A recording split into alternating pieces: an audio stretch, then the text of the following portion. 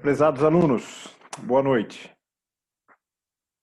Todo mundo bem aí? Como é que foi o final de semana aí?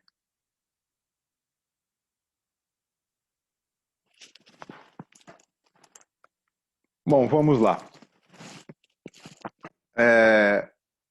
Essa aula tem alguns conceitos fundamentais aí para vocês. Se ficar com dúvida, pergunta, tá?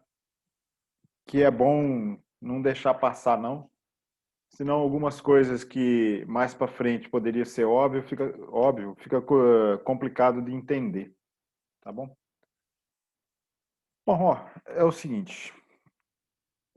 Então a gente já tinha falado de difração em uma fenda, difração na fenda de Young, lá em duas fendas.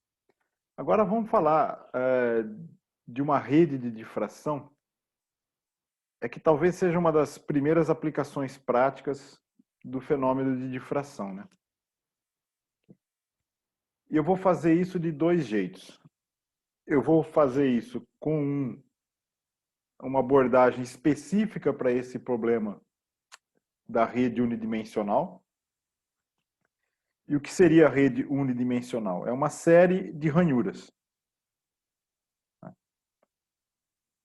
Eu, e essa ranhura, ela pode ser duas coisas, né?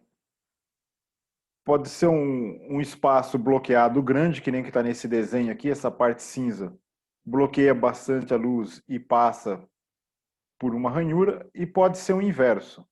Pode ser um fiozinho no lugar da abertura aqui e um espaço vazio. É lógico que aqui tem os fiozinhos, né? As linhas, umas paralelas a outras, vai permitir passar mais luz do que a que eu tenho uma pequena abertura e uma distância grande entre elas. Tá bom? Mas o padrão de difração é uma das coisas que a gente vai discutir nessa aula, né? Ele não importa da fonte, que seria aqui, ou seja, uma abertura, ou seja, um fiozinho. O que importa é o período dele. Tá? O de quanto eles estão separados e a periodicidade, o quanto tem e a periodicidade disso. Então aqui é um desenho típico, né, da grade de difração em uma dimensão. Eu tenho uma abertura, um fiozinho aqui que espalha a luz. Então a abertura aqui é simplesmente um espalhador da luz. E tem uma separação D. Aí nessa abordagem simples que a gente vai fazer aqui, a gente vai simplesmente contabilizar a diferença de fase de uma abertura para outra. Então, se ela está saindo, se eu estou olhando a luz espalhada a um ângulo θ, com a horizontal aqui, a onda vem vindo da esquerda, né? A onda plana. Então, ou seja, toda essa grade está iluminada por uma onda plana, que significa ela está dentro do comprimento de coerência transversal da luz, tá? E de uma fenda para outra, tem essa pequena diferença de caminho aqui, ó. Tem esse ΔR, que é o d seno θ. A gente está, logicamente, falando da aproximação de campo distante, né, onde todos os raios aqui saem paralelos e vão para um ponto de interferência no anteparo que está distante. Aqui. Então, aqui vamos supor que eu tenha N fendas. Então, o tamanho total da área iluminada seria N vezes a separação delas. Então, o campo que isso vai produzir é o campo da abertura, da ranhura aqui, né? Em função de θ, que a gente já viu quanto que ele vale, e a diferença de fase de uma para outra. É só isso que eu tenho que levar em conta. A diferença de fase é a diferença de caminho dividido por lambda vezes 2π. O 2π sobre lambda é o módulo do vetor de onda. Então fica o seno do θd. Essa é a diferença de fase entre uma fenda e a outra. E aí eu vou somando todas elas. a diferença de fase de todas elas. E é essa a resposta do meu campo. Tá? Eu só preciso resolver essa somatória. No caso de ranhuras, ou fiozinhos aqui de diâmetro A ou abertura A, o campo a gente já viu que era isso aqui, ó, era uma amplitude que passa por eles, né, e ela é modulada por um processo de interferência também. Então eu tenho seno de K seno θ A, que aqui é a largura da abertura, né? Eu não marquei aqui no desenho, mas é o diâmetro dessa abertura aqui, ou a extensão dessa abertura aqui.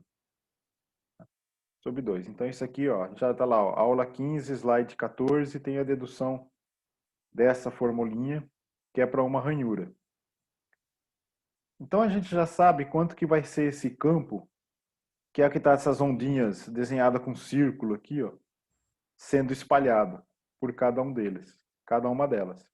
E ela está em evidência aqui, ó, que ela é comum para todas elas. Agora eu só vou considerar a interferência entre elas, que é só essa diferença de fase de uma para outra. Então, essa exponencial, essa somatória aqui é uma progressão geométrica, né?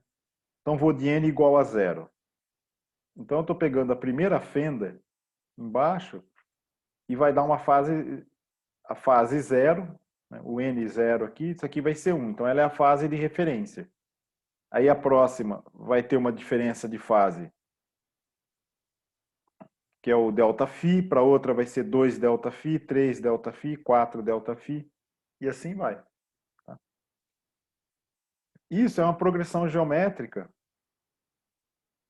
O R aqui, ó, progressão geométrica. O R elevado a n, né? Ele tem essa solução.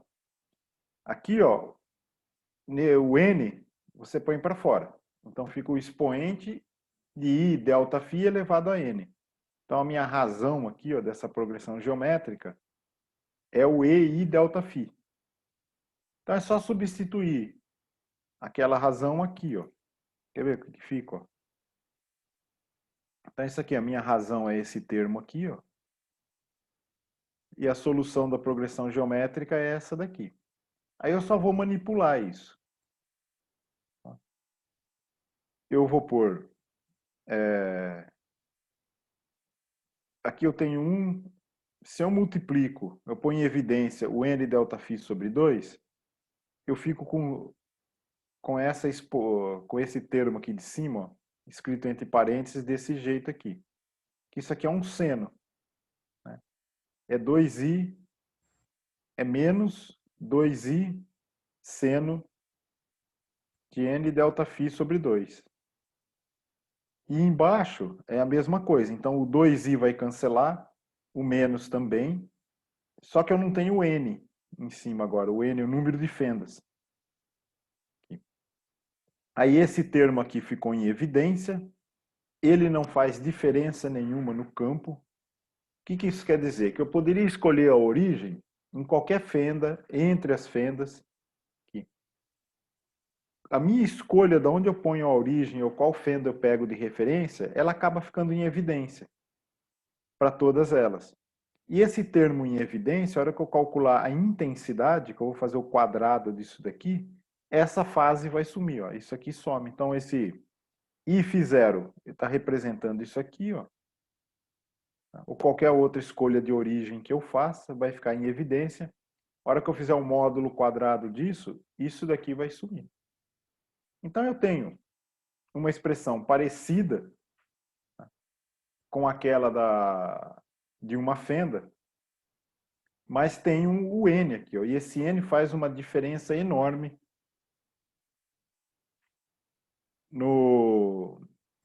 nessa rede de difração. Viu? Então aqui, ó, o caso que a gente viu o experimento do Young, que era duas fendas, então n igual a 2. Isso aí está na aula 12, slide 10. Então vai ficar dessa forma aqui, ó. O n igual a 2. Quer ver? Eu volto aqui, ó. Ó, se eu ponho o n igual a 2, vai cancelar esse n. Então fica o seno do ΔΦ. E embaixo o seno ΔΦ sobre 2. Aí eu separo esse seno de ΔΦ como sendo uma soma de ΔΦ sobre 2 mais ΔΦ sobre 2. Então eu posso pôr nessa forma. Eu cancelo o seno, fico com o cosseno de ΔΦ sobre 2. E a intensidade vai ser o quadrado disso. Aí lembra que tinha, na fenda de Young, tinha o 2, o 4 aqui na frente. A intensidade máxima produzida pela abertura não é a intensidade máxima da fenda, da grade. A intensidade máxima da grade de fração seria o 4 vezes a intensidade de uma fenda. Esse termo aqui da frente, que modula a distribuição de intensidade, que é o campo produzido por uma abertura, e o cosseno ao quadrado desse termo é que dá a interferência, né? Agora, se a gente fizer a mesma coisa com o N aqui, aquilo ali é o exemplo só para vocês lembrarem como é que eu faço no caso do N igual a 2, né? E agora eu vou pôr no N. Aí eu fiz no computador essa continha, eu vou variando esse N. Olha, para N igual a 1 aqui, vai sumir isso, eu só tenho a abertura. O campo da abertura. Ó, outra coisa, aqui eu normalizei por N quadrado, por quê? Ó, se eu pôr 0 aqui, esse dá 1. Se eu pôr θ 0 aqui, como eu tenho N aqui, ó, vai ficar N quadrado. Vocês conseguem ver isso? Ó? Se eu vou aproximando o θ para 0, tomo o limite de 0.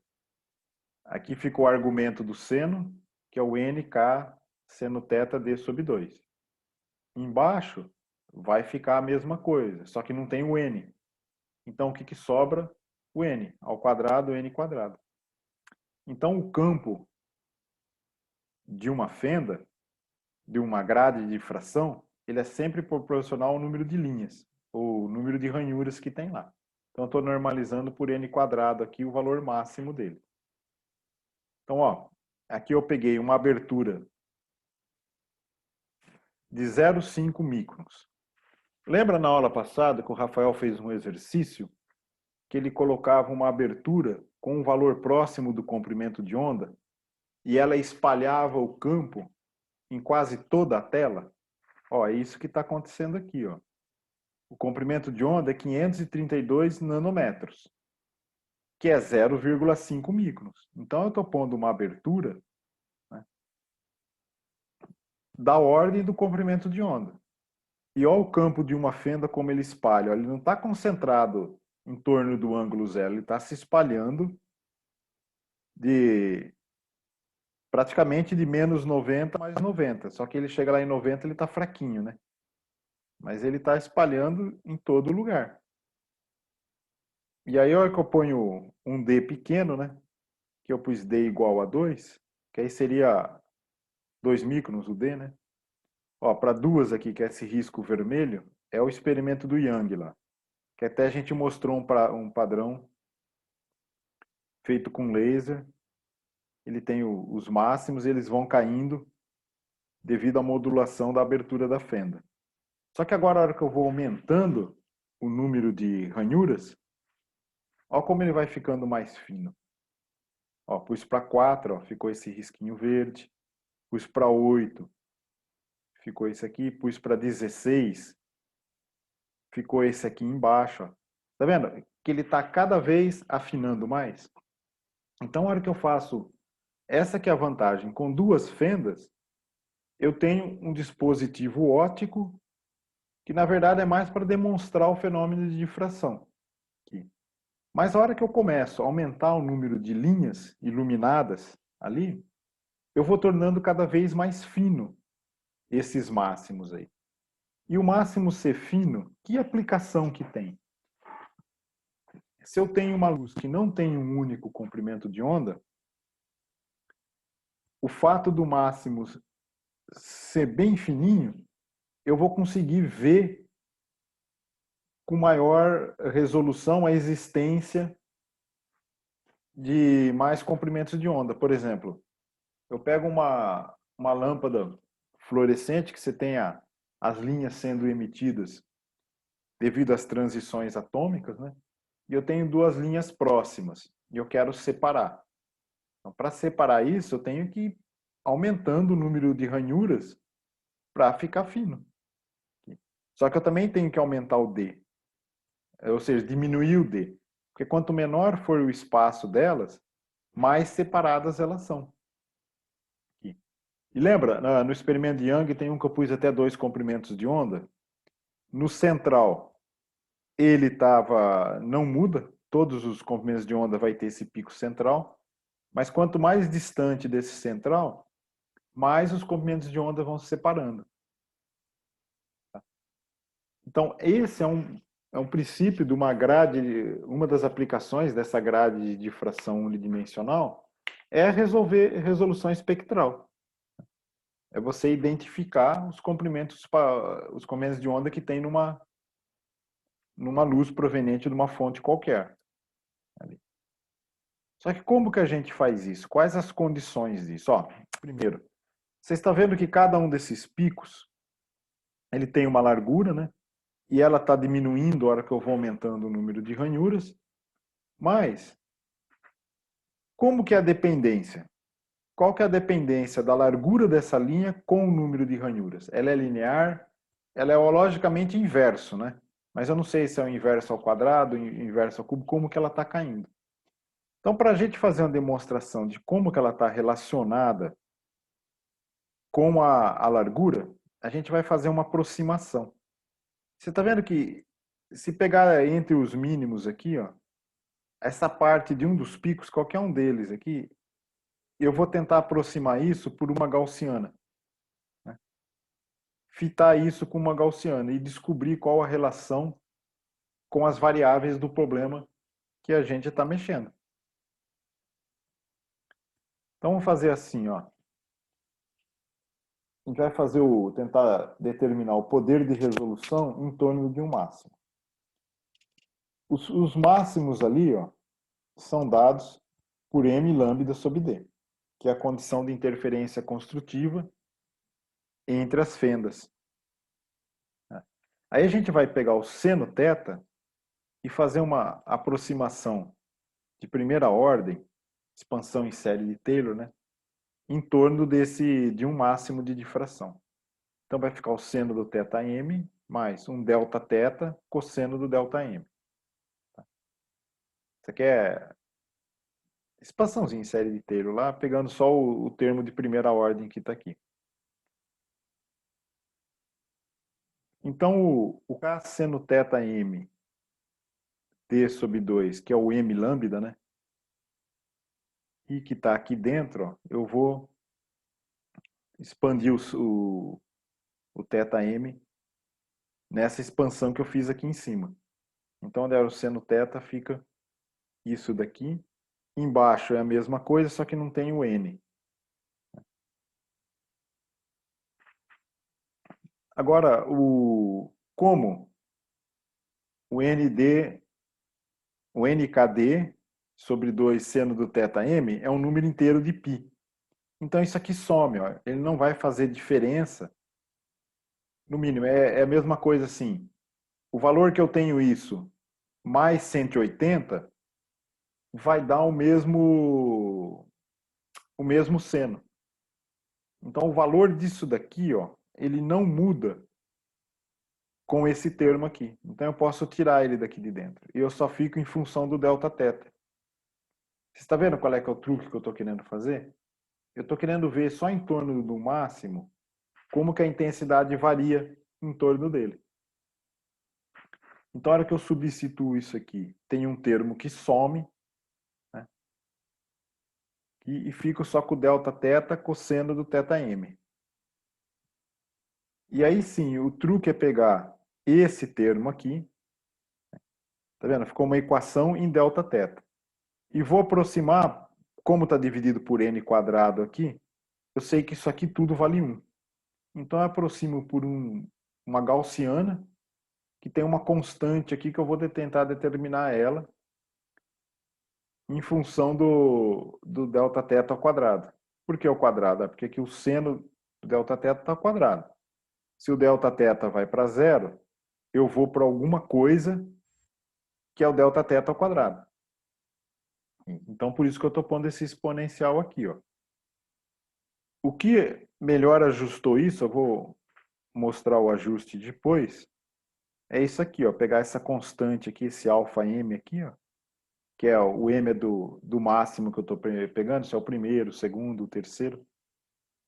E aí eu vou ter, ó, 2 sobre 2π, nkd sobre 2 cosseno do θm.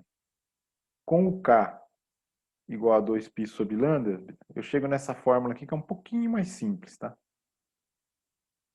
Aí ponho o 2 para fora, o 2 que estava aqui embaixo, ó, sai um 4 para cá que cancela esse, mas tem o...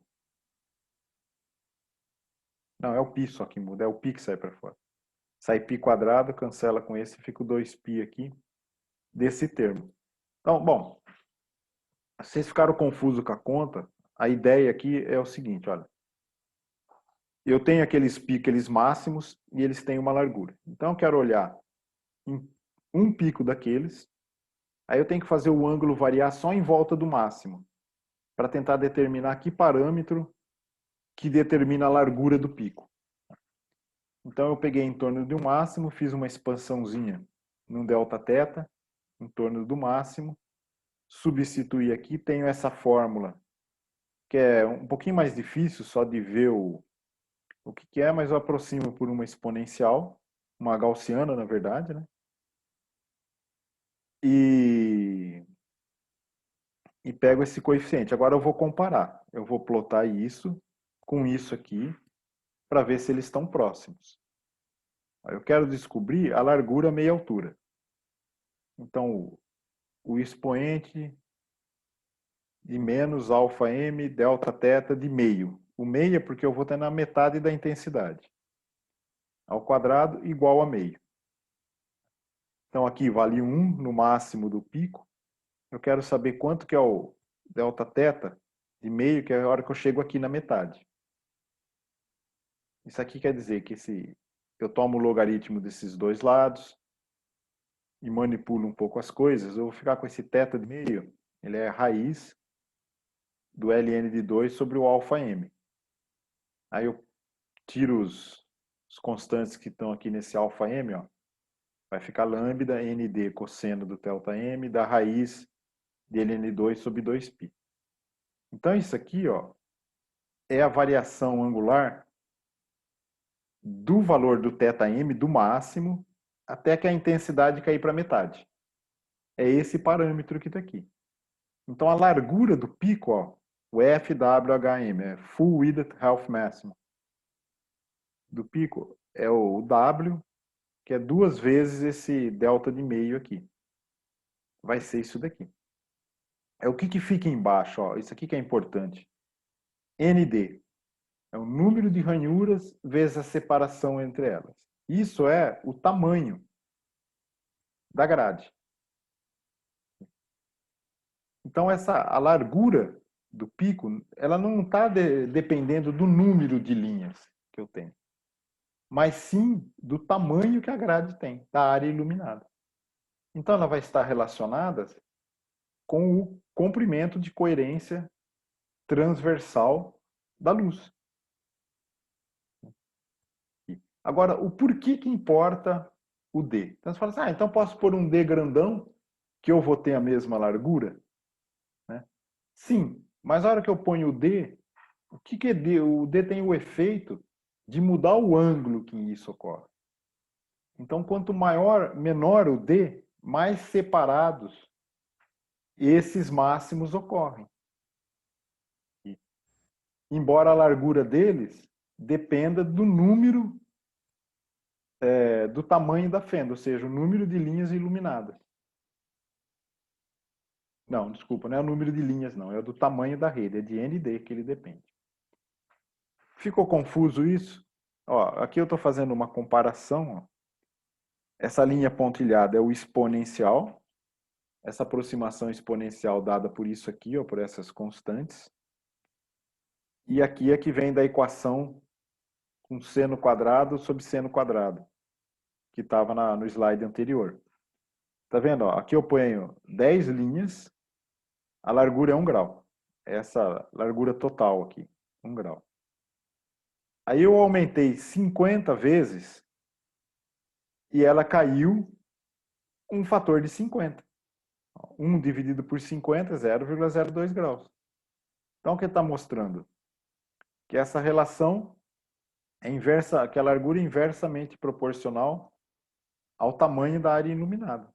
Porque você imagina, se eu tenho 10 linhas iluminadas, né, com um D, isso é um tamanho. Se eu multiplico por 50, a área de iluminação é muito maior. E agora ele caiu 50 vezes. Ó, vê a escala aqui, ó. Aqui, ó, 15,4, não, desculpa, 14,5 a 16,5. Ó aqui como está num ângulo menor, ó. Vai de 15,41 até 15,45. Tá vendo como é que ficou bem menorzinho? Aqui. Então, e a única coisa que eu fiz aqui é aumentar o N, naquela expressão que está lá. Bom, mas se só depende da área iluminada, do tamanho dela, a largura do pico, a hora que eu for projetar uma rede de difração para conseguir resolver o espectro de uma fonte, que essa é a aplicação que isso tem, isso é um dos primeiros modos de você fazer decomposição espectral de luz que vem de uma estrela, por exemplo. Essa que acho que foi a primeira utilizada. Eu acho, não tenho certeza. Bom, agora vamos ver a dependência com o D. A gente viu que o tamanho da grade afeta a largura, mas o D faz os máximos ocorrerem cada vez mais longe do máximo central. Ó, por exemplo, eu tenho um comprimento de onda. Imagina que eu estou vindo uma luz e tem dois comprimentos de onda próximos, eu quero separar eles. Então eu tenho, para o mesmo máximo, eu tenho um M aqui, né? O lambda 1 sobre D é a posição de um máximo. Não importa o M que eu peguei aqui, tá? O θ1 aqui não é do M, mas assim é para o primeiro comprimento de onda. Aí para esse mesmo máximo M, o θ do outro vai estar aqui embaixo. Vai ser esse lambda 2. Então, ó, o lambda 2 menos o lambda 1, que é o delta θ, e é isso que eu vou ter que separar em M sobre D, da diferença do delta lambda. Então, você está vendo que o D entra aqui, ó. Ele está embaixo. Então, quanto menor é o D, maior o delta θ produzido por dois comprimentos de onda. A diferença entre os dois comprimentos de onda. Então, a hora que eu projeto a grade, não é só a largura da linha que eu tenho que pensar. Eu tenho que pensar em diminuir a distância dos Ds também. Porque aí faz a minha capacidade de separar comprimentos de ondas próximos melhor, tá? É importante entender isso, tá bom? Essa parte aqui. Se vocês ficaram com dúvida, por favor, você pergunta aí. Mesmo se não souber o que perguntar, faz uma pergunta que eu já consigo mais ou menos entender o que ficou faltando da minha explicação aqui. E também ajuda para fazer eu ir mais devagar. Bom, então a gente vai escrever o delta θ, o θ2 menos θ1. Isso tem que ser maior ou menor? Bom, tem que ser comparável com a resolução da minha. Eu quero que essa diferença, eu quero que a diferença do ângulo produzido por dois comprimentos de onda seja maior que a largura do pico. A largura é meia altura. Então, isso aqui está dando a largura do pico para uma rede que tem uma dimensão, uma dimensão iluminada D em torno do máximo do cosseno do θ M. Esse M aqui, ó, essa notação minha pode estar confusa. Ó. Quando eu ponho o M aqui, ó, o M está dizendo o máximo. Primeiro máximo, segundo máximo, terceiro máximo. E aqui o θ1 e θ2 que eu pus aqui é que devido ao lambda 1 e o lambda 2, tá? Não é a mesma coisa. Então aqui, ó, Então vamos fazer uma conta aqui para o m igual a 1 e o cosseno do θm, vamos fazer de conta que o primeiro máximo, ele é um ângulo relativamente pequeno, sei lá, em torno de 10 graus por aí, e o cosseno do θ desse máximo aí pode ser aproximado para 1. Tá? Então aqui quanto que fica essa conta? Ó? O ln de 2 dividido por 2π, tirado a raiz de tudo isso, é 0,33 qualquer coisa, ou seja, é próximo de 1/3. Tá bom? Então o Δθ, que vai ser aqui, ó, o delta lambda sobre d para m igual a 1, então ficou delta lambda sobre d, tem que ser maior que 1/3 do lambda sobre nd. Ó. Tem o d aqui, ó. O tamanho da área iluminada é nd. Aqui. E ó, você viu que agora ficou d embaixo e d embaixo? Eu posso cancelar isso e eu fico com o quê? Delta lambda sobre lambda é maior que 1 sobre 3n. Então, essa é um número que o pessoal usa para especificar o poder de resolução da minha grade. Que é o inverso disso, na verdade. Então, se eu pego lambda sobre delta lambda, o R é acho que é uma especificação técnica, embora eu só vi isso em aula de física 4, é uma coisa que está no livro, em alguns livros textos aí, tá bom? E isso tem que ser o número de linhas, né? 3n tem que ser maior do que isso aí para ter essa resolução. Ó, vocês querem ver um exemplo? Aqui, ó, vou pegar o lambda aqui, ó. Bem no meio do visível, 550 nanômetros. E eu quero resolver dois comprimentos de onda que tem 1 nanômetro de diferença. Então o n, se eu pôr aqui, ó, 550 dividido por 1, vai dar 550. Dividido por 3, eu preciso um n maior que 184 linhas. Agora que a gente precisa se preocupar com o comprimento de coerência transversal do feixe. O delta é a divergência da luz que está chegando lá, né? Ela que determina a coerência transversal. Então, lambda sobre 2 delta tem que ser maior que nd. Um delta pequeno, tá? Aqui, de 1 miliradiano.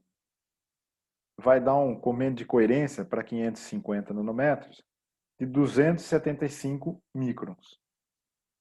Então, o NCT, se eu faço quanto que eu preciso, aqui eu estou dividindo por CT para saber o quê? Linhas por unidade de comprimento. Então, se eu pôr o 275 micros de comendo de coerência transversal, é 0,275 milímetros. 184 dividido por isso vai dar 670 linhas por milímetro. Então, para fazer uma resolução de dois comprimentos de onda que tem 1 nanômetro de diferença, ou seja, 550 e 551, né? Para resolver isso, por essas contas que a gente está fazendo, eu vou precisar iluminar com a luz dentro do comendo de coerência do meu feixe uma quantidade 184 linhas. Então, para esse comendo de coerência, então teria 670 linhas por milímetro. O inverso disso vai me dar a separação delas. Entendeu? Então é 1000, 1 milímetro é 1000 microns, né? Dividido por 670 que eu pus aqui, vai dar 1,5 microns. Então aqui eu já tenho toda a especificação que eu preciso para construir uma rede de difração no espectro visível, tá? No centro, e separar comprimentos de onda com 1 nanômetro de diferença, com resolução de 1 nanômetro. Então eu preciso ter o D de 1,5 microns e conseguir colocar 670 linhas por milímetro. Que é o que vai dar isso aqui, né? 1,5 microns. Olha como é que fica a conta disso. Ó. Então eu peguei eu pus uma linha, né, que é a abertura da fenda de 1,5 microns. Por quê? Aí ela produz essa linha aqui, ó, essa linha pontilhada, iluminando um intervalo grande angular. Por que eu preciso que isso seja grande? Porque a hora que eu pôr um D pequenininho, os máximos vão se separando. Está vendo? Ó? O primeiro máximo, eu já estou em torno de 60% do máximo principal. O segundo, eu já estou em menos de 20%. Então, por isso que eu preciso pôr uma coisinha que espalha bastante para mim poder ter ainda intensidade a hora que chegar nos máximos de interferência. Então, se eu pego o M igual a 1 aqui, ó, olha a separação que dá. O que eu pus? A linha vermelha é um lambda de 550 nanômetros. A linha preta é 521, desculpa, 550 e 551. É 1 nanômetro de diferença. Olha, o primeiro máximo, que é onde a gente queria separar, por metade da largura. É quase isso, ó. Na verdade, teria que separar um pouquinho mais para dar na metade da largura, mas você vendo que já está começando a separar por uma coisa que é da ordem da metade da largura. E ela foi construída com aquelas especificações que eu pus lá, 670 linhas por milímetro, considerando iluminadas 184. Então, estou dizendo que o tamanho do feixe, convênio de coerência transversal do feixe, que é o tamanho da região iluminada, é 276 microns. Agora, se eu conseguisse intensidade para observar o segundo máximo, aí elas estariam mais separadas.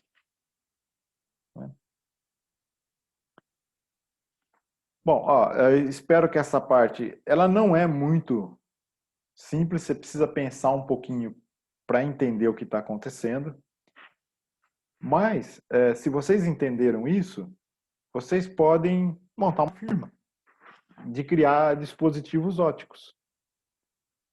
Então, esse aqui eu achei um site de um laboratório que ele vende essas telinhas, essas gradinhas, ó. Então, ele é desenhada para ter uma performance no visível. Provavelmente, as contas de resolução é feita por um comando de onda de 550 nanômetros. Tem 3 tamanhos disponíveis. Bom, isso aí não importa, mas o que é importante é aqui, ó. A densidade de linhas, olha, 300, 600, 830, 1200 groves por milímetro. Então, pelo que a gente viu ali, por que isso é importante? Eu ter com groves é ranhuras, tá? Tradução. Então, a gente fez uma conta para uma que era um pouco mais que 670, e aqui eles estão usando redes com mais linhas ainda. Por que eles estão fazendo isso? Porque depende da minha fonte, não é toda que vai ter um comando de coerência transversal grande.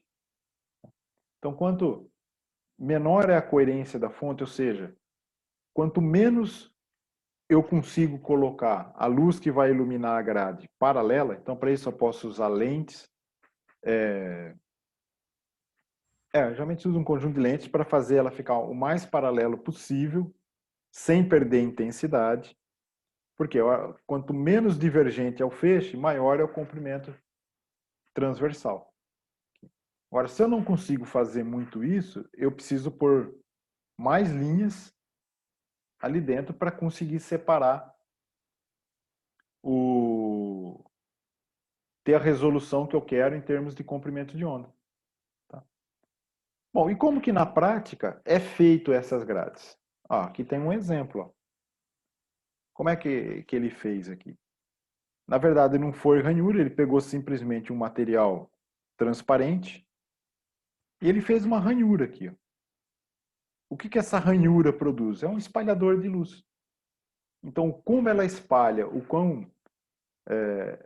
o espalhamento dele, se tem uma amplitude angular grande que pega toda a minha iluminação, que é o que eu preciso para que a hora que eu tiver o primeiro máximo, eu tenha intensidade suficientemente forte para conseguir medir esse máximo. Então eu preciso de algo que espalha bastante, porque o D é muito pequeno. O máximo, o primeiro máximo já está bem separado. Você não viu naquela que eu pus ali? O primeiro máximo estava lá em 20 graus. 21 graus, acho. Só que não existe só por transmissão, que nem está aqui. Porque por transmissão você sempre perde intensidade. Gente, porque aqui ele espalha muito, mas por reflexão, não. Você tem um aproveitamento melhor da intensidade. Mas a hora que você faz por reflexão, tem outros detalhes que importam. Então vamos ver como é que fica por reflexão, porque a gente só falou até agora por transmissão, né? Então, vamos ver. Bom, vou parar um minutinho para vocês fazerem alguma pergunta. Quero saber, primeiro, se vocês estão escutando, vocês estão aí.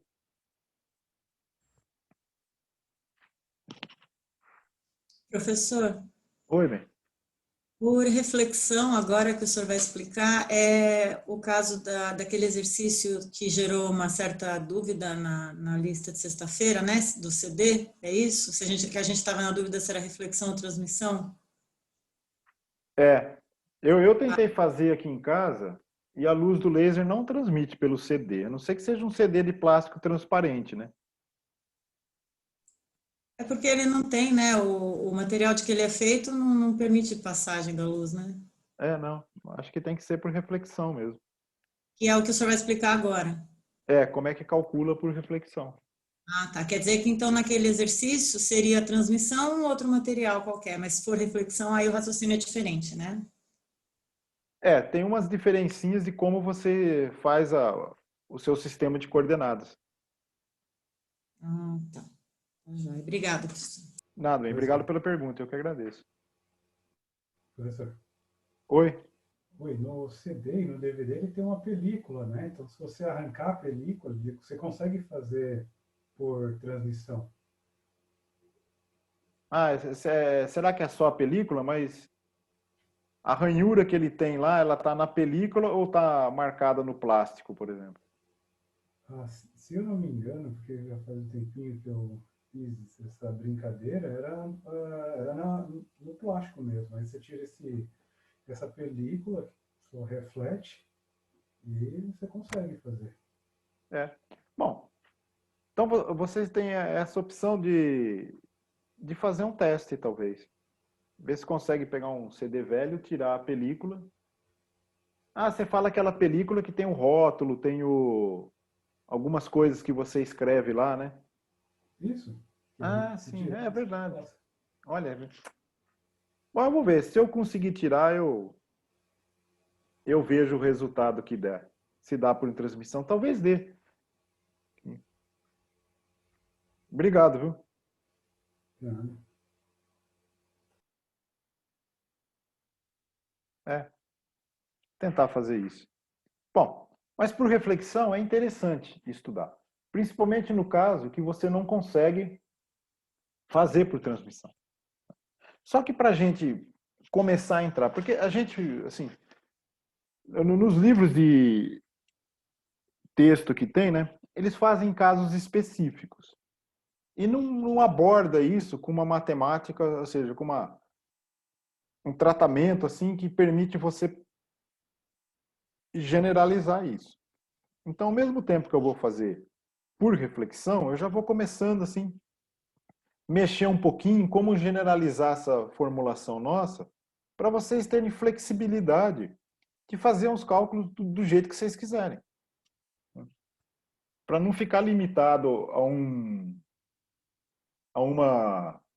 a poucos casos. Ah, eu sei fazer assim ou assado.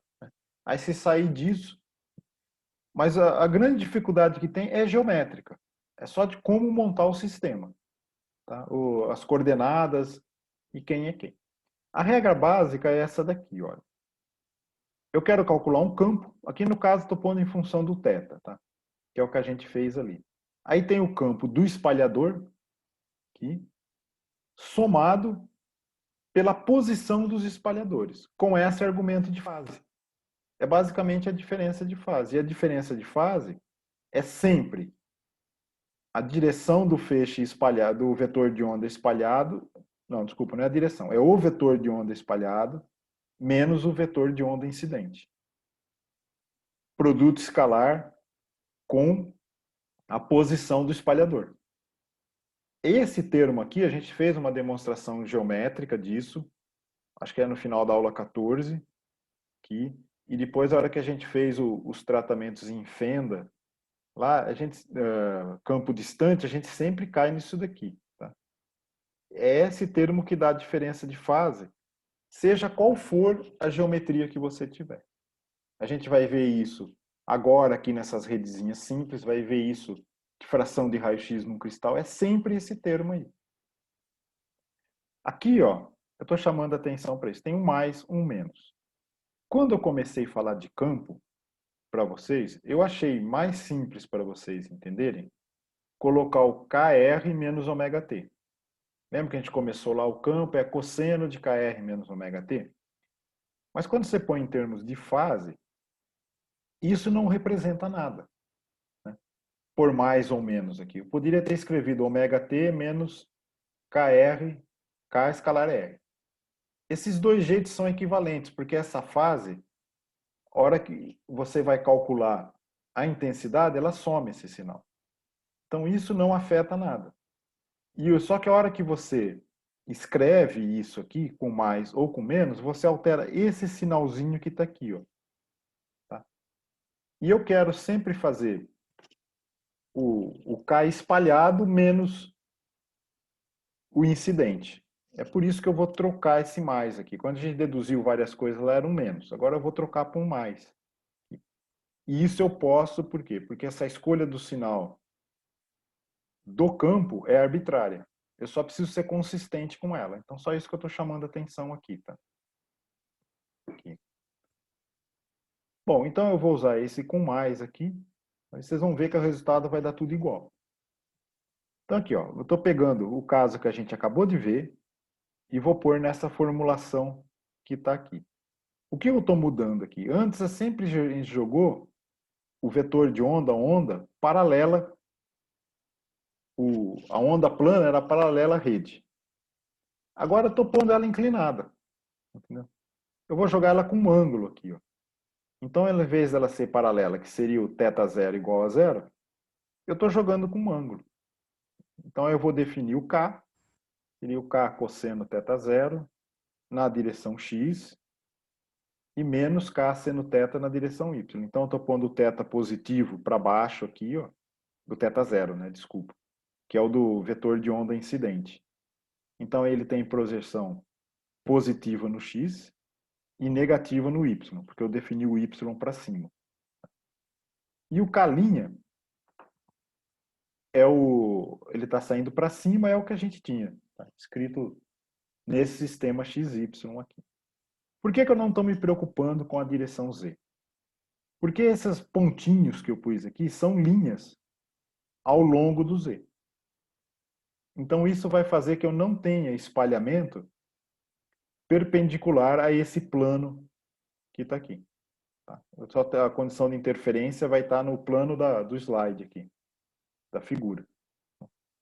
E a posição das minhas fendas, das linhas, né, é ND, um número inteiro DY. Então ela vai N0, N1, N2, N3, eu vou dando a posição delas. E agora, para calcular, eu só preciso fazer esse produto escalar aqui. Ó. O K' menos K, escalar o RN. Então vai dar o N, KD, seno θ. Ó, o RN está no Y, na direção Y, escalar com as componentes X vai sumir, só vai ficar as componentes Y. Então é o K menos esse, mas tem um menos na frente e vai ficar mais. Então eu tenho N, a diferença de fase é isso aqui, ó. É o KD, seno θ mais seno θ0, delta φ. Se o θ0 é zero, esse termo some e fica o que eu tinha. Mas se ele está aqui, que efeito que ele tem na prática? Então eu preciso, para esse campo ter interferência construtiva, é fácil ver que se esse delta de 2π, delta φ valer 2π, ou um número inteiro de 2π, esse expoente vale 1, para qualquer valor de n. Então eu tenho uma soma construtiva de interferência de todos eles. Então esse ΔΦ é 2πm. E o m vai ser 0, mais ou menos 1, mais ou menos 2, são os máximos consecutivos. Isso é condição de interferência construtiva. Então eu vou pôr isso aqui, vou comparar esse termo aqui, que é o ΔΦ, com 2πm. Então, ó, o seno θ, do θ0, né? Como esse ângulo é pequeno, vai dar um θ0, que é aproximadamente o y0 sobre L. O L é a distância da rede até na tela que eu estou observando. Essa sim, eu estou assumindo a tela perpendicular à rede. Não, desculpa, perpendicular não, paralela com a rede. E o L, o L é isso, né? Então, θ0 ficou y0 sobre L. E o máximo vai ser um ym sobre L. O ângulo, os θm, né? Os máximos.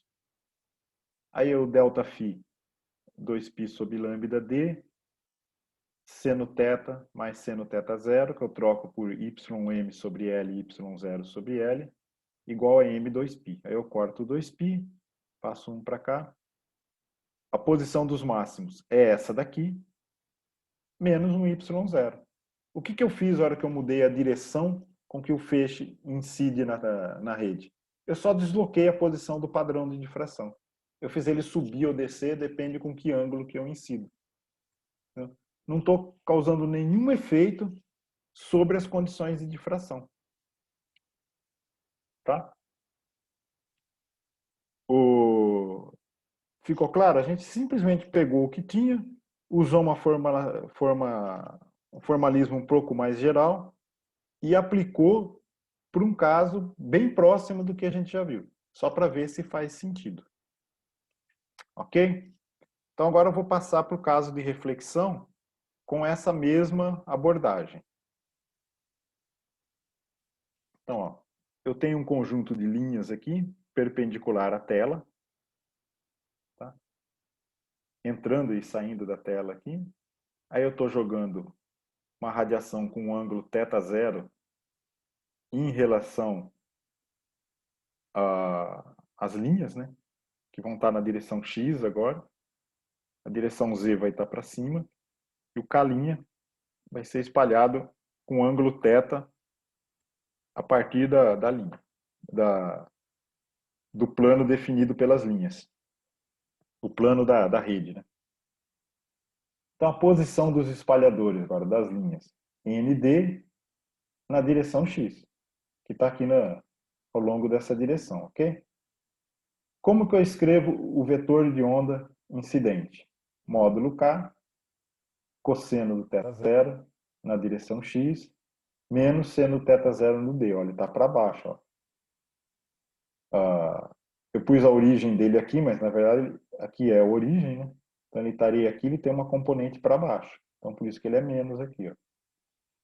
E o K' espalhado, esse sim. Tem cosseno θ no X e seno θ no Z. Então o N delta φ, que vai ser o K' menos K escalar a posição das fontes, está vendo? A mesma continha. Ó. A diferença dos vetores, produto escalar com a posição dos espalhadores. Vai me dar isso aqui. Ó. Agora, o ΔΦ é M2π, para dar condição de interferência construtiva. Então, eu igualo isso aqui, ó. O que eu vou ter? Cosseno θ menos cosseno do θ0 igual a M lambda sobre D. Agora, aqui tem uma coisa interessante. Ó.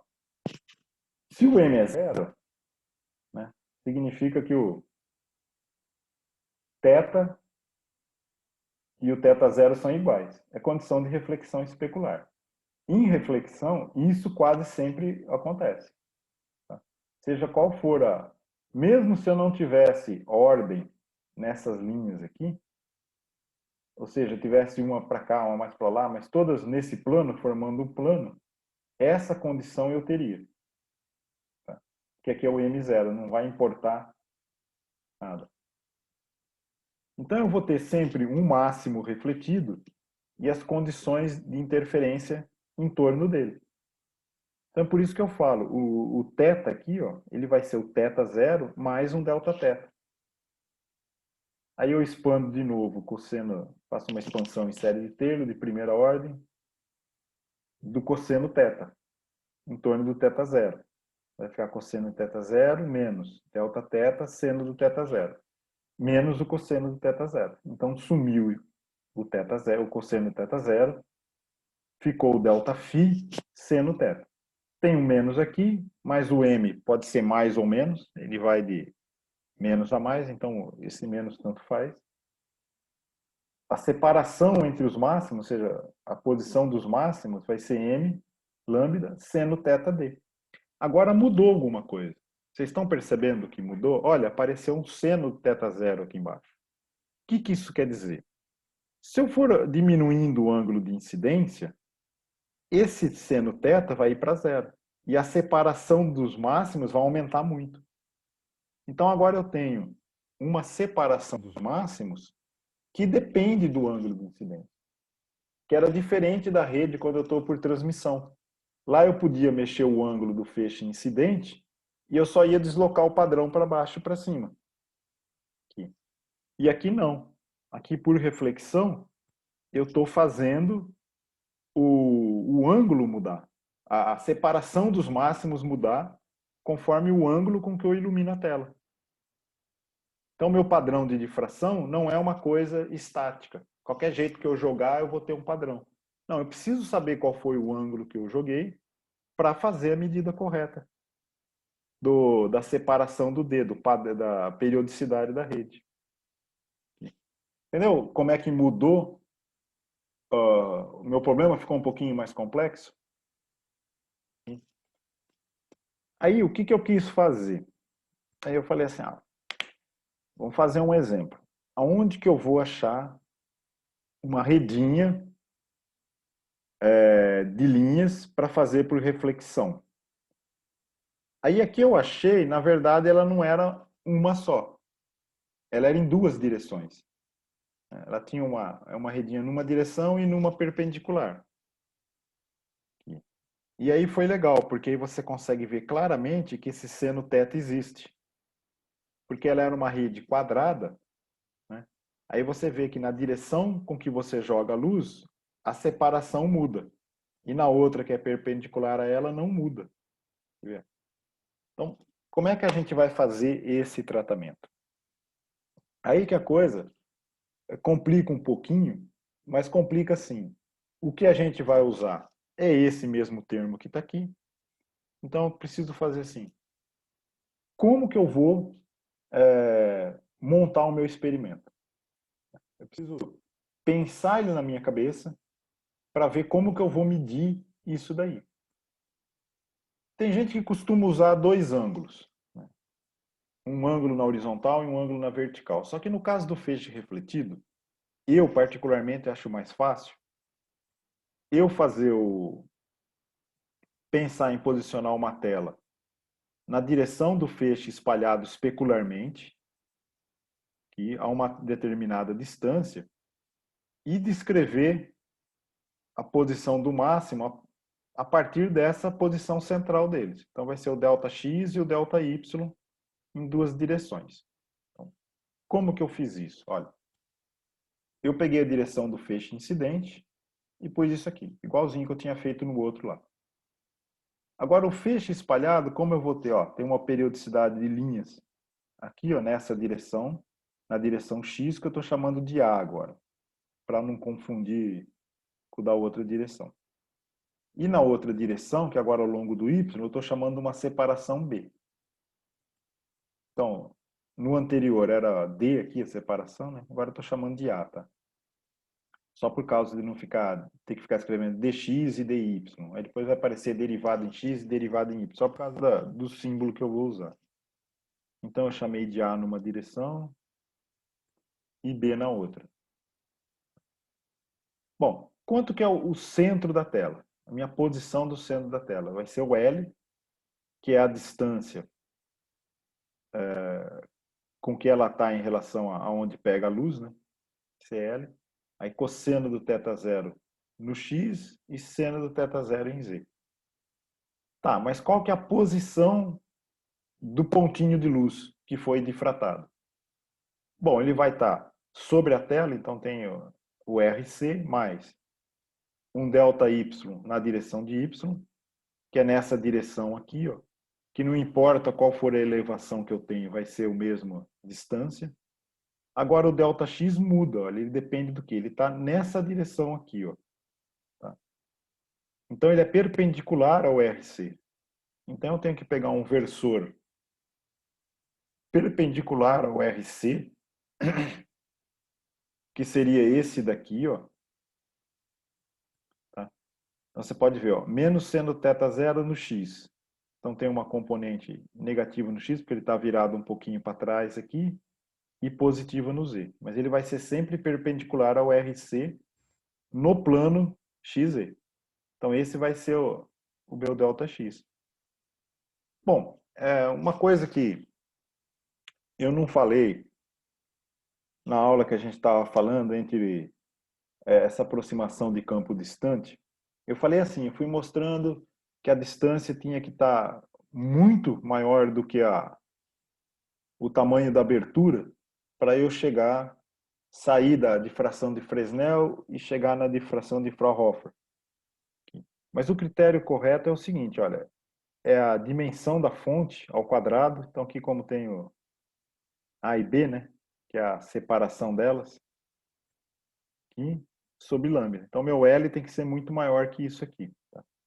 Para mim estar nessa condição aí. Mas quando eu estou nessa condição, o que que acontece? Agora sim, eu descrevi a posição do spot, eu tenho que definir qual é o vetor de difração que está indo, o vetor de onda espalhado naquela direção.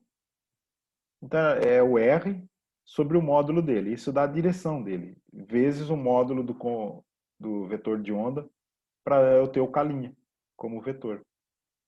Como eu estou na aproximação de campo muito distante, o módulo do R, que é o R sem o vetorzinho aqui, né, é igual a raiz de L2 mais o ΔX² mais o ΔY². Como esse ΔX e ΔY seria assim, sei lá, em ordem de alguns centímetros em relação ao outro que é mais de 1 metro, né? Então vou pegar aproximadamente o valor do L. E aí quem são a posição dos espalhadores? Das linhas ali, né? Então seria um R de NP. Aqui o P é o número inteiro. Eu não pus M para não confundir com o M da ordem de interferência, né? Então eu tenho N na direção do AX, né? Então esse aqui é o passo. Linha 1, linha 2, linha 3, linha 4, e vai assim. E na outra direção em Y, seria 1B, 2B, 3B, 4B. Aí eu tenho que fazer esse produto escalar aqui, ó, que é o que a gente estava fazendo. É a diferença dos vetores de onda, produto escalar com a posição das fontes. Então eu vou ter N vezes a diferença de fase em X, mais P vezes a diferença de fase em Y. Olha o K' que eu tenho que substituir aqui, ó. Eu escrevi ele aqui embaixo, ó. O K' é o R sobre o módulo dele vezes o vetor K. Então, o módulo, eu estou aproximando para L, então ficou KL, e aí tem o cosseno do θx menos esse termo aqui, ó, que é o ΔX seno θ, mais o ΔY, agora esse termo aqui em Z. Só que a hora que eu faço escalar, a minha rede está em X e em Y. Então, esse termo vai sumir. Esse aqui vai aparecer na fase, diferença de fase em X, e esse da diferença de fase em Y. Então, de novo, o que que a gente tem? Olha, a posição dos máximos, na hora que eu igualar isso aqui, ó, a diferença de fase em X, e eu igualar com 2πm, um número inteiro de 2π, né, eu vou ter que os pontinhos de difração em X, o ΔX, vai ser dividido pelo seno do θ. E na direção Y eu não tenho isso, né? Então vai ficar assim, ó. Há um experimento que eu fiz aqui em casa mesmo. Peguei o celular e joguei um laser aproximadamente a 45 graus dele. Tá? Isso aqui tudo no olhômetro, tá bom? Segurei na mão, pus e... Então a tela do celular é uma grade XY, ou seja, é uma grade 2D. Aqui. Estou jogando mais ou menos a 45 graus e observei na tela. É isso aqui.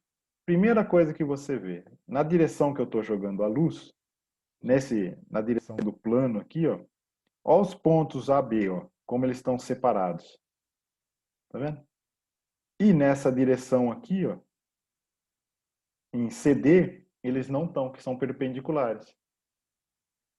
Então o AB, a hora que eu medir aqui, ó, tem um papel milimetrado atrás, mas porque eu deixei no escuro para ver bastante pontinhos, todos os pontinhos que aparecem aí, né? Eu não dá para ver a escala que está embaixo, mas depois eu fiz com a luz acesa, né? E medi a distância disso daqui, ó. Ó, de A para B, eu tenho 4 máximos, ó. 1, 2, 3, 4. É o 4 delta X, né? Que é a separação entre o primeiro máximo, o delta X1 aqui. Mas podia pôr delta X só. Deu 86,8. A distância que eu estou pondo é 180 centímetros, 1,8 metros, que é a distância entre a telinha e o outro. No CD, a distância CD, que é da vertical, dava 57,9. É 4 delta Y. Então, delta XM é isso aqui, ó. Eu tenho o seno θ embaixo e o delta YM e eu não tenho o outro. Aí eu quer dizer, eu obtive isso igualando as diferenças de fase em X e em Y com 2MP. Tá bom? Vamos ver que conta que dá isso aqui. Aí, ó. Quanto que vai dar o A? Vai dar 4 lambda L, a separação AB, né, seno de 45. Ó, deu 62,4 microns. Aí eu pego no B, a distância CD deu 57, 66,2 microns. Pela precisão que eu fiz, que eu não fiz tudo no olhômetro, assim, o ângulo que eu pus, eu mais ou menos ajustei ali e tal, deu bem próximo. Então, se a minha tela, que o A é igual a B, provavelmente é, porque o pessoal não ia fazer um pixel que seja diferente numa direção. Então, pegar o valor médio ali, ó, 64 microns. A dimensão da tela, 144 milímetros por 68. Se eu divido por isso aqui, ó quantos pixels eu tenho. 2,4 megapixels. 2,4 milhões de pixels na telinha do celular. Gostaram? Entendeu como é que faz usa toda essa ferramentinha que eu pus aqui, de como você escolher. Então, a dificuldade de usar a difração, e que muita gente tem, tá? É valeu. É montar a geometria. A regra é simples. Diferença dos vetores, produto escalar com as fontes, com a posição dos espalhadores. É assim que faz. De qualquer coisa que vocês forem fazer difração. Agora, como você vai fazer isso? Precisa ter essa geometria espacial. Fazer a disposição das coisas espacialmente. Né? Bom, e qual que é a regra geral disso?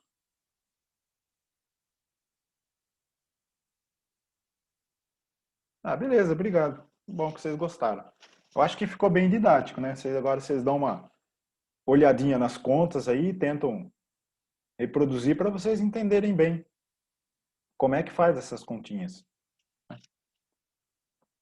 Sem brincadeira, se vocês quiserem já montar uma firma de dispositivo óptico, vocês já estão... Teoria agora vocês já têm.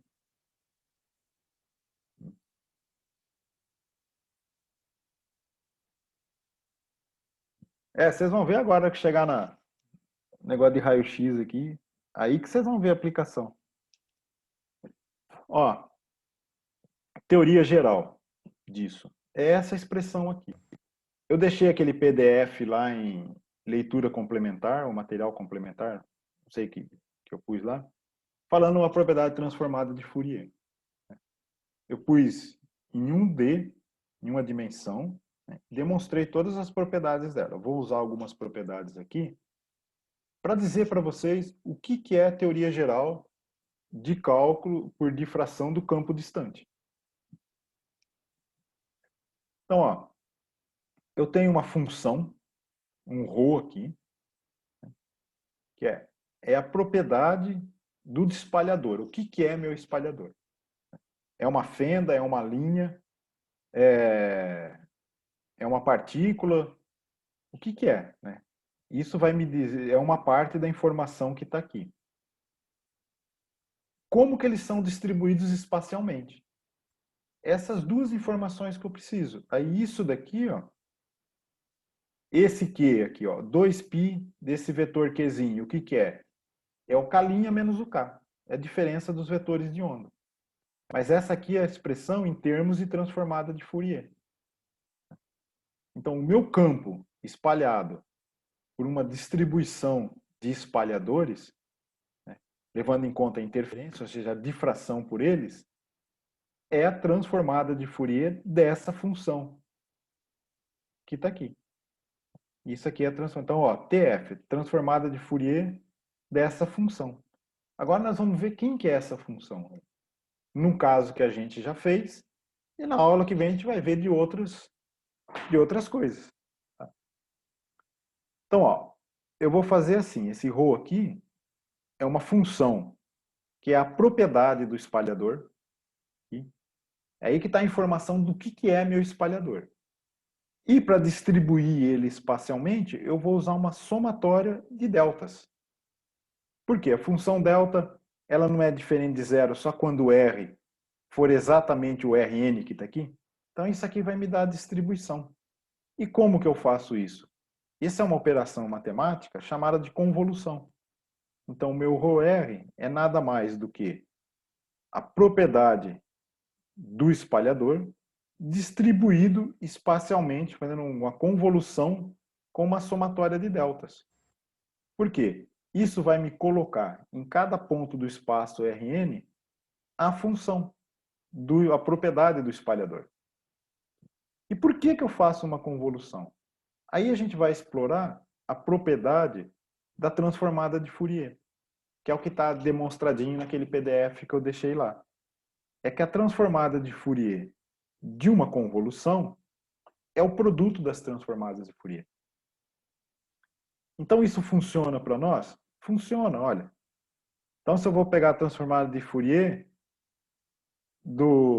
desse sisteminha aqui, ó, esse ρ de R, que é a convolução da fonte com a distribuição dela.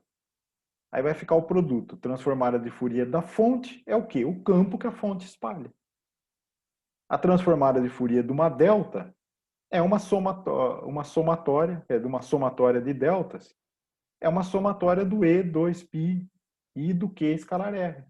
Ó, se eu pôr uma delta aqui, não vai sair o R na posição que a delta é diferente de zero, vai sair isso aqui, ó. Quer dizer, vai sair essa função na posição que a delta é diferente de zero, que é isso. Não é isso que a gente está fazendo? Campo do espalhador somado com a diferença de fase entre eles. É isso. Então, essa expressão que está aqui, ó, é a expressão geral para difração de campo distante. Quer ver? Ó, no caso que a gente fez da fenda, ó, no caso 1D, se a gente pega uma fenda que é aberta aqui, eu vou ter campo passando aqui, né? Quem que vai ser essa F aqui? É simplesmente 1 se eu tiver aqui dentro e 0 se eu tiver fora. Ah, tá. Então como é que é a transformada de Fourier dela? Vai ser isso aqui, né? Mas aí eu tenho o R vai estar em Y. A fonte só está em Y. Então essa aqui seria em 3 dimensões, só fica em Y. Então aqui, ó, aí o 2πq é a diferença dos vetores de onda. O vetor de onda aqui, ó, tem só um ângulo θ entre eles. E a posição, os y aqui, ó, que é perpendicular ao k, né? Então vai ficar só a componente k sendo θ. Então a transformada de Fourier dessa aí, que a gente usou como sendo o campo da abertura, aqui como eu pus 1 aqui, eu estou pondo o campo, a amplitude do campo aqui embaixo. Transformada disso, ó, ela só é diferente de zero na abertura. Então vai de menos a sobre 2 a sobre 2. Eu pus a origem aqui no meio, né? Então ela vai de menos a sobre 2 a sobre 2. Desse argumento aqui, ó. O produto escalar do R do Y aqui com esse aqui vai ficar o K seno θ só. Na direção de Y. Integrado em dy. Aí a gente viu que isso daqui, ó, essa transformada, essa integralzinha aqui é isso, ó.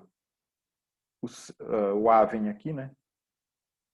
E isso aqui fica 1. Então, vocês voltam na aula lá da abertura da fenda, você viu que a gente chegou nessa expressão aqui. Que é isso. Então, isso aí é a transformada de Fourier da fenda. Então, eu já tenho o campo que a fenda espalha. A hora que eu tenho a grade, né? Então, esse aqui tem uma abertura A e elas são separadas de D. E aí vem a outra parte, a transformada de Fourier da delta. Vai ficar delta aqui dentro. É essa função aqui, ó. Tá vendo? Aí o que acontece com uma delta? A integral de uma função vezes a delta vai dar a função onde a delta é zero. A delta vai ser zero na posição Rn. Então vai sair só essa função aqui, ó. Dessa TF, está aqui, ó. Essa TF vai sair só o 2πi q escalar o Rn. Só que aqui eu já pus tá aqui o produto, ó. 2π q na direção de y, porque a fonte está em y só. Aí vai ficar o k' menos k, escalar o y chapéu, k seno θ, que é isso que está aqui. Que é a solução que a gente viu para rede em N, com N linhas. É isso, pessoal. Isso aqui agora a gente vai usar em várias coisas. Querem ver mais exemplos? Ó? Deixa eu...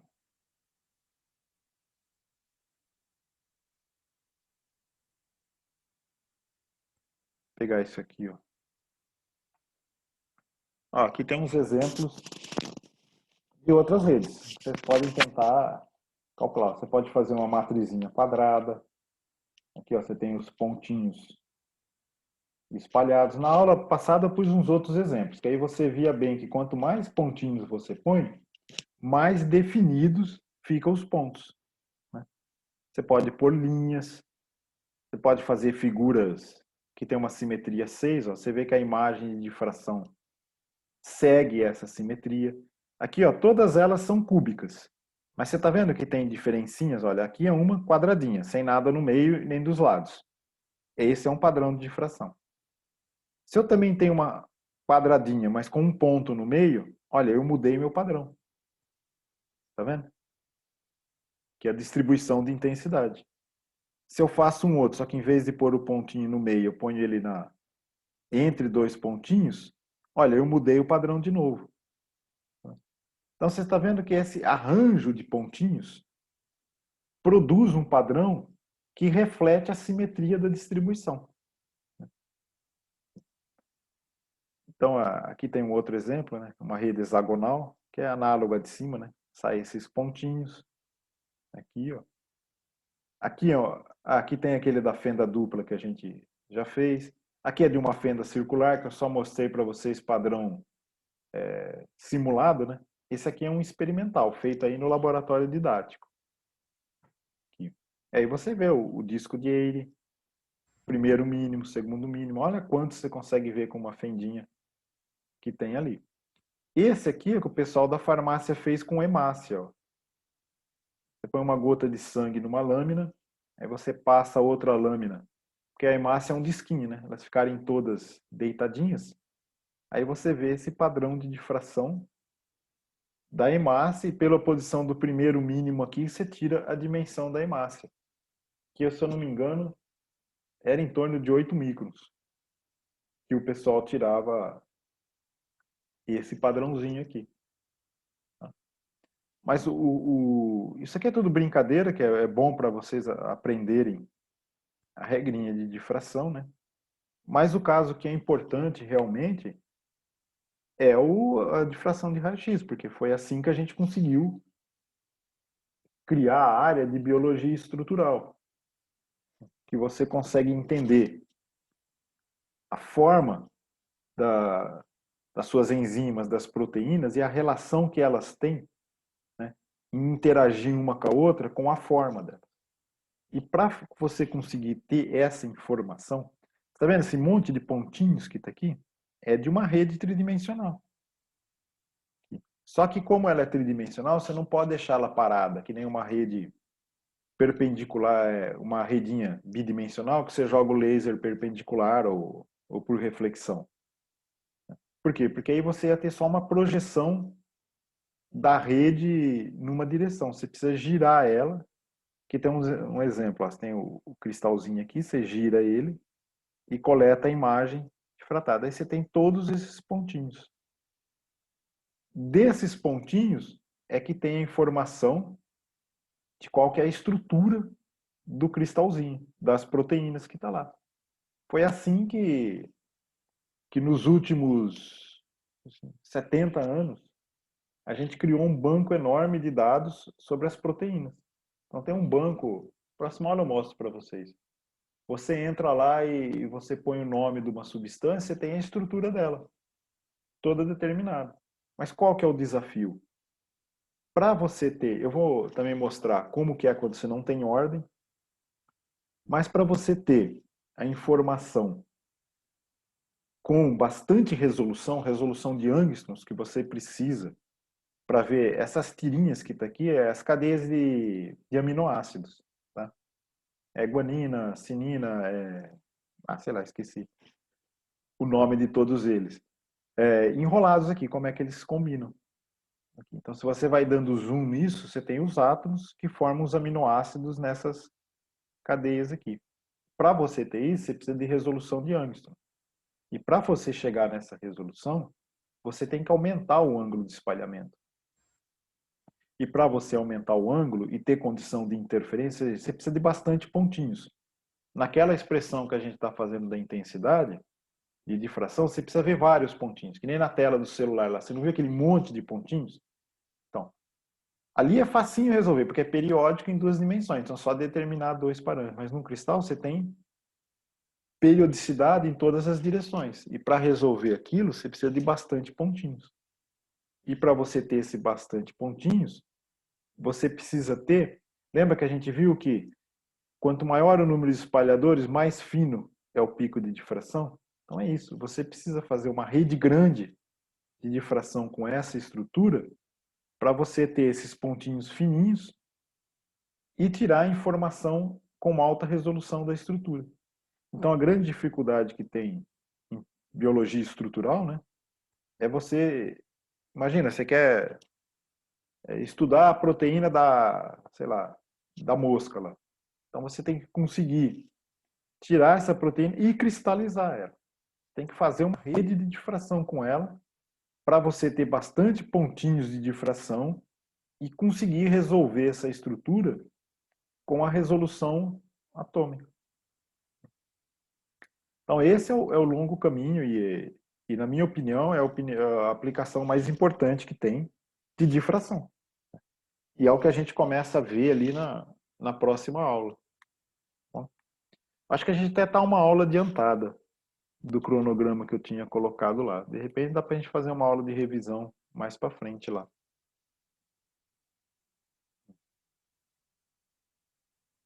Bom, é isso, pessoal. Vocês têm alguma pergunta? E se não, eu vou terminar por aqui. Vocês põem presente aí.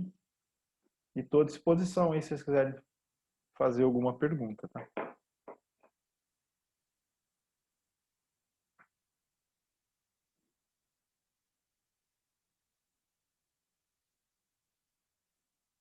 Se vocês não tiverem pergunta, boa noite para vocês. E até quarta-feira. Boa noite, prof. Falou.